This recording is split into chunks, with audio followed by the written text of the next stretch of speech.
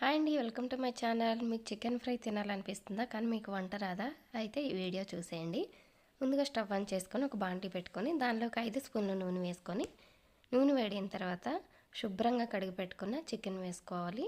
Chicken ఒకసారి నూనెలో fry చేసిన తర్వాత దీనిలోకి రుచికి సరిపడా సాల్టు, హాఫ్ స్పూన్ పసుపు వేసుకోవాలి. ఒకవేళ చికెన్ ముక్కలు పెద్దగా ఉన్నట్లయితే చిన్నగా కావాలంటే చిన్నగా కట్ చేసుకోవడమో లేదా చాకుతో ఘాట్లు పెట్టుకోవడమో చేయాలి.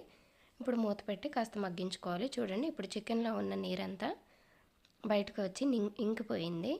ఇప్పుడు చికెన్ ముక్కలు ఉన్నాయి కదా, అవి రెండో వైపు కూడా తిప్పుకొని ఇంకాస్త మగ్గనివ్వాలి. చూడండి, నీరు ఇంకిపోయి నూనె ఈ విధంగా పైకి తేలుతుంది కదా. ఇప్పుడు దీనిలోకి మీడియం సైజు ఉల్లిపాయ ఒకటి తీసుకొని చిన్న ముక్కలుగా కట్ చేసుకొని నేను వేసుకుంటున్నాను. ఈ ఉల్లిపాయ ముక్కలు కూడా మగ్గాలి కాబట్టి అంతా ఒకసారి కలిపేసుకొని మగ్గనివ్వాలి. ఉల్లిపాయ ముక్క మగ్గిన తర్వాత దీనిలోకి పొడవుగా చీల్చి పెట్టుకొని 3 పచ్చిమిర్చి వేసుకొని మరొకసారి కలుపుకోవాలి. ఈ ఫ్రై అయితే చాలా చాలా సింపుల్ అండి. బ్యాచిలర్స్, వంట రాని వాళ్ళు ఎవరైనా ఈజీగా చేసేయచ్చు. ఈజీ వేలోనే నేను చూపిస్తున్నాను. దీనిలోకి హాఫ్ స్పూను అల్లం వెల్లుల్లి పేస్ట్ నేను ఇంట్లో నూరుకున్నదే వేసుకుంటున్నాను. షాపులో దొరికిన దానికన్నా అప్పటికప్పుడు ఇంట్లో నూరు వేసుకున్నదే చాలా బాగుంటుంది. అల్లం వెల్లుల్లి పేస్ట్ పచ్చివాసన పోయిన తర్వాత 2 స్పూన్ల కారం వేసుకొని కారం కూడా ముక్క అంతటికి పట్టేటట్టు చక్కగా కలుపుకోవాలి. కారం కూడా వేగిన తర్వాత దీనిలోకి ఒక రమ్మ కరివేపాకు వేసుకోవాలి. కరివేపాకు అనేది ఆప్షనల్, కాకపోతే వేసుకుంటే టేస్ట్ అనేది చాలా బాగుంటుంది. ఇప్పుడు దీనిలోకి హోమ్మేడ్ గరం మసాలా అండి, ఇది నేను ఇంట్లోనే ప్రిపేర్ చేసి పెట్టుకున్న గరం మసాలా వేసుకుంటున్నాను.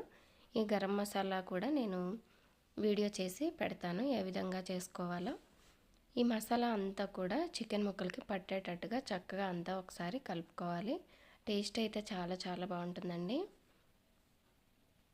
ఇప్పుడు ఫైనల్గా కొత్తిమీర కూడా వేసుకొని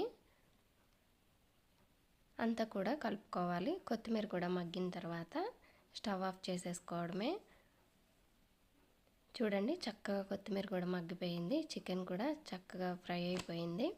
ఈ విధంగా ఒకసారి చేసి చూడండి. అస్సలు మీకు వంట రాకపోయినా కూడా ఈ వీడియో చూసి మీరు చికెన్ ఫ్రై అయితే చేయొచ్చు. దీనికి ఉప్పు, కారం, మసాలా అన్నీ కూడా చాలా చక్కగా పట్టినాయి.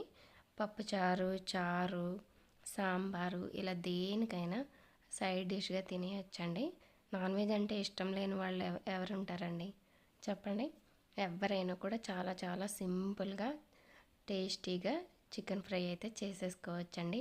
ఈ వీడియో చూసి ఎవరైనా చికెన్ ఫ్రై చేసి ఉంటే కనుక నాకైతే కామెంట్ చేయండి. తర్వాత వీడియో నచ్చితే లైక్ చేయండి, షేర్ చేయండి. నా ఛానల్కి సబ్స్క్రైబ్ చేయడం మాత్రం మర్చిపోవద్దు.